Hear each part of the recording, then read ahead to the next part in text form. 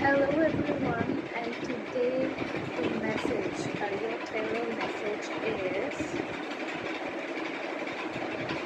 luck is on your side, so do not be afraid. And this is followed by another card that the end of tough cycles.